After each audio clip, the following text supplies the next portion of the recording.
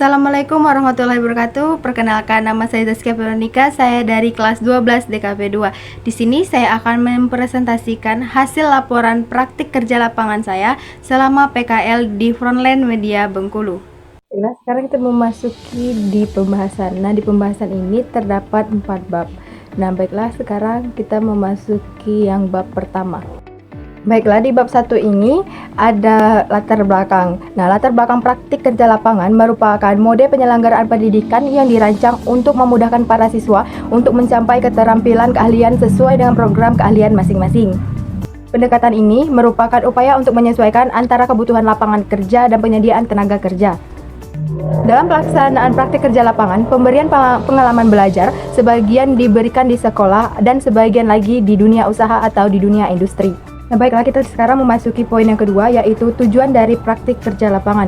Yang pertama, internalisasi soft skill di dunia kerja. Yang kedua, penerapan hard skill yang dikuasai pada pekerjaan yang sesungguhnya, sesuai dengan prosedur operasional start atau post yang berlaku. Nah, yang ketiga, peningkatan dan pengembangan hard skill dalam bidang tertentu sesuai dengan kurikulum dan kebutuhan di dunia kerja. Nah, yang keempat, penyiapan kemandirian peserta didik untuk berwirausaha. Nah, baiklah, di sini kita memasuki poin yang ketiga, yaitu manfaat praktik kerja lapangan. Yang pertama yaitu manfaat bagi peserta didik, yaitu meningkatkan kompetensi keahlian yang telah diperoleh di sekolah. Yang kedua, bertambahnya wawasan mengenai dunia kerja, khususnya berupa pengalaman kerja secara langsung atau nyata dalam rangka menanamkan klaim kerja positif yang berorientasi pada peduli mutu proses dan hasil kerja. Nah, yang kedua, manfaat bagi sekolah. Yang pertama, terjalinnya hubungan kerjasama yang saling menguntungkan antara sekolah dan dunia kerja. Nah, yang kedua, meningkatkan kualitas lulusan melalui pengalaman kerja langsung selama PKL. Di sini kita memasuki bab 2, yaitu tinjauan tentang perusahaan. Nah, di sini kita memasuki poin pertama, yaitu sejarah berdirinya Frontline Media Bengkulu. Percetakan Frontline ini berdiri sejak tahun 2011, tepatnya pada bulan Agustus. Pada awalnya percetakan ini didirikan atas kerjasama 2 orang, yaitu Pratikno Widianto sebagai pemilik dengan rekannya penanam modal dengan kontrak waktu 2 tahun. Pada saat itu, usaha percetakan menyewa sebuah ruko kecil dan masih sangat minim modal. Alat dan pekerja hanya pemilik seorang sebagai pelaku usahanya.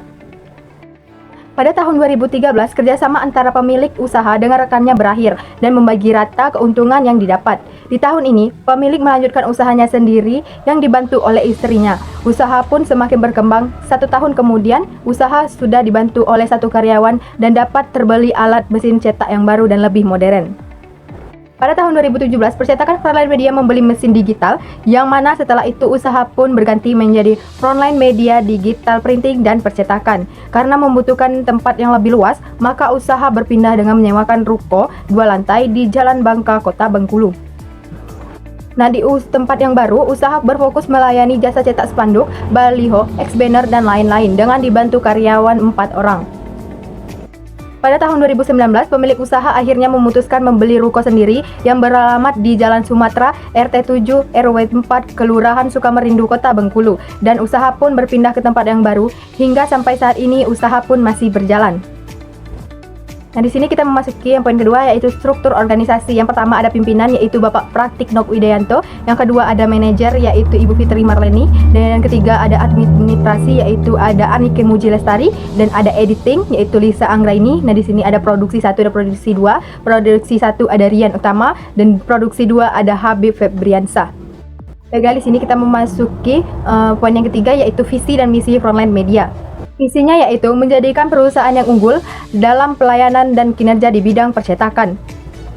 Misinya, yang pertama, kepuasan pelanggan. Yang kedua, hasil cetak yang berkualitas. Yang ketiga, tepat waktu.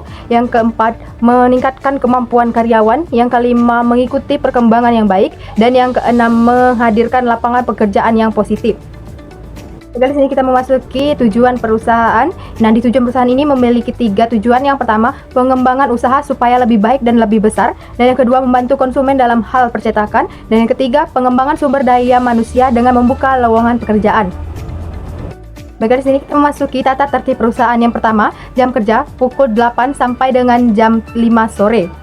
Yang kedua, membersihkan tempat kerja sebelum dan sesudah beraktivitas kerja. Yang ketiga, dilarang merokok di area tempat kerja. Dan yang keempat, dilarang bermain HP saat beraktivitas kerja.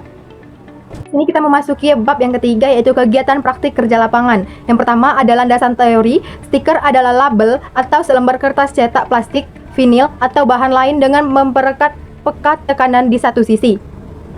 Biasanya digunakan untuk dekorasi atau tujuan fungsional tergantung situasinya. Kedua, persiapan alat dan bahan. Yang pertama ada laptop Asus, yang kedua ada mouse kabel, yang ketiga ada aplikasi Photoshop CS6, dan yang ketiga ada WiFi, dan yang kelima ada listrik.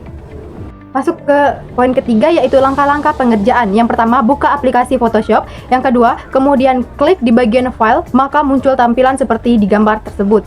Yang ketiga, setelah muncul tampilan seperti pada gambar, kemudian klik New pada menu. Nah, yang keempat, setelah diklik, ganti format nama, height menjadi 150, weight menjadi 60, dan resolusi sesuai dengan kebutuhan kalian. Yang kelima, setelah diganti, maka kanvas akan berubah mengikuti ukuran yang sudah ditentukan. Yang keenam, setelah itu, klik Ellipse tool pada menu. Kemudian, klik kanan pada layar. Setelah itu, klik blending option untuk membuat warna pada rectangle. Yang ketujuh, kemudian klik file. Setelah itu, klik open untuk menambahkan gambar pada kanvas. Yang kedelapan, setelah gambar muncul di kanvas, kemudian atur gambar di dalam bulatan. Yang kesembilan, kemudian klik horizontal tipe tool untuk menambahkan tulisan supaya lebih menarik. Yang ke-10, setelah itu klik open untuk menambahkan mentahan selanjutnya. Nah, yang ke-11, setelah itu tambahkan mentahan yang sudah di-download ke lingkaran agar memberi kesan cantik di desain. Nah, yang ke-12, kemudian klik horizontal tipe tool untuk menambahkan identitas sebagai alamat, lokasi, dan media sosial lainnya. Yang ke-13, setelah dirasa cukup, dan inilah hasil stiker tersebut. Nah, di sini kita memasuki bab terakhir, yaitu bab penutup. Nah, di sini terdapat kesimpulan. Selama melaksanakan praktik kerja lapangan, penulis dapat menyimpulkan bahwa yang pertama, berhasilnya pelaksanaan praktik kerja lapangan ini ditentukan oleh interaksi yang baik antara pelaksana PKL dengan instruktur atau pembimbing PKL. Nah, yang kedua, ada praktek kerja lapangan ini merupakan kegiatan belajar mengenai bagaimana kondisi nantinya seandainya telah masuk ke dalam lingkungan kerja yang sebenarnya.